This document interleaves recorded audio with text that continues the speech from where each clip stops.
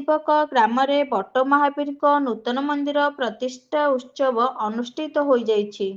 ପୁରୀ ଜିଲ୍ଲା କୃଷ୍ଣପ୍ରସାଦ ବ୍ଲକ ଅନ୍ତର୍ଗତ ତିତିପକ ଗ୍ରାମରେ ଶ୍ରୀ ବଟ ମହାବୀରଙ୍କ ନୂତନ ମନ୍ଦିର ଓ ନୂତନ ବିଗ୍ରହ ପ୍ରତିଷ୍ଠା ଉତ୍ସବ ବେଶ ଧୁମଧାମରେ ପାଳନ କରାଯାଇଛି।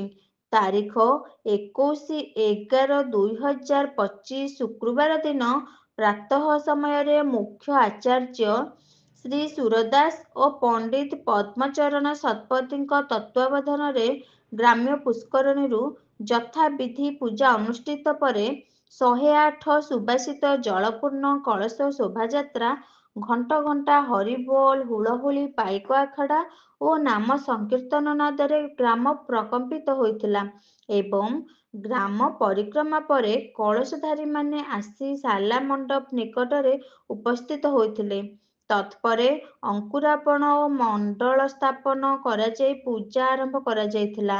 ଏଥିସହିତ ପ୍ରତ୍ୟହ ଘୃତଯଜ୍ଞ, ନାମଯଜ୍ଞ ଓ 2000ରୁ ଊର୍ଦ୍ଧ୍ୱ ଭକ୍ତଙ୍କ ପାଇଁ ପ୍ରସାଦ ସେବନର ବ୍ୟବସ୍ଥା କରାଯାଇଥିଲା ଏବଂ ଏହା କରିବା ଦ୍ୱାରା ଗ୍ରାମରେ ଏକ ଆଧ୍ୟାତ୍ମିକ ପରିବେଶ ସୃଷ୍ଟି ହେବା ସହିତ ଭକ୍ତଙ୍କ ହୃଦୟରେ ସକାରାତ୍ମକ ମନୋଭାବ ସୃଷ୍ଟି ହୋଇଛି ବୋଲି କିଛି ଭକ୍ତ ମତ ବ୍ୟକ୍ତ କରିଛନ୍ତି। ଏଥିସହିତ ସ୍ୱତନ୍ତ୍ର ବୀରମାଟି ତିତିପ ଗ୍ରାମ୍ୟ କମିଟି ପକ୍ଷରୁ ସମରକଳା ସଂସ୍କୃତି ପାଇକ ଆଖଡ଼ା ପରିବେଷଣ କରାଯାଇଥିଲା।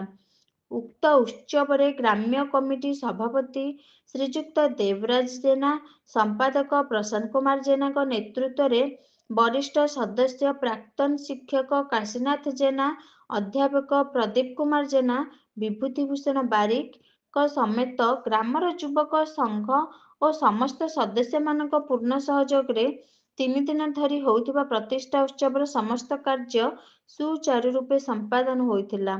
କୃଷ୍ଣପ୍ରସାଦରୁ ଶ୍ରୀ ଦେବରାଜ ମନୋଜ ଜେନା କୁମାର ବାରିକଙ୍କ ରିପୋର୍ଟ, ତିତିପ କର ବିନାୟକ ସଭାପତି ଅଛି ବର୍ତ୍ତମାନ। ମନ୍ଦିର ମନ୍ଦିର ପ୍ରତିଷ୍ଠା ଏହା ଏକ ଯୁଗାନ୍ତକାରୀ ପଦକ୍ଷେପ କହିଲେ ଅତ୍ୟୁକ୍ତି ହେବନି।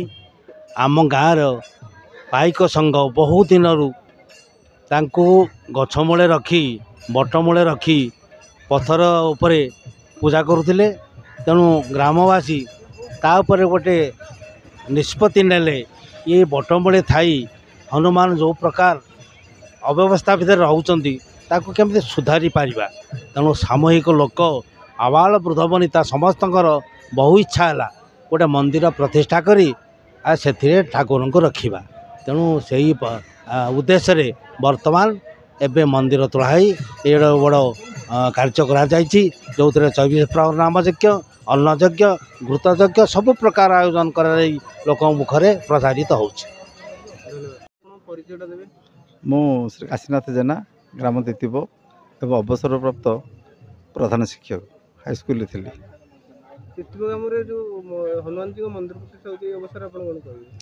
ଆମ ପାରିକୁଦ ଅଞ୍ଚଳର ତିତିପ ଏକ ଜଣାଶୁଣା ଗାଁ, ଏକ ଐତିହାସିକ ଗାଁ କହିଲେ ଅତ୍ୟୁକ୍ତି ହେବ ନାହିଁ, ଯେଉଁଠାରେ 12 ମାସରେ 13 ପର୍ବ ଚାଲୁ ରହିଥାଏ।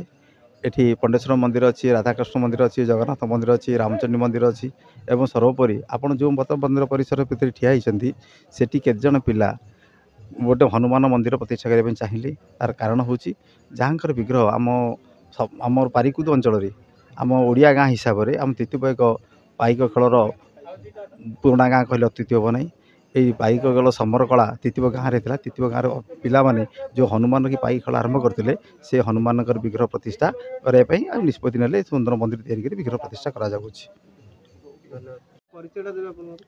ମୁଁ ପ୍ରଦୀପ କୁମାର ଜେନା, ଜଣେ ରାମକଥା ବାଚକ। ମୁଁ ଏତିକି କହିବି ଯେ ମୋ ପୂର୍ବରୁ ଯିଏ କହୁଥିଲେ ଆପଣମାନଙ୍କୁ ଗୀତା ସୌରଭ ପଣ୍ଡିତ କାଶୀନାଥ ଜେନା ମହୋଦୟ, ତାହା ଯଥାର୍ଥ।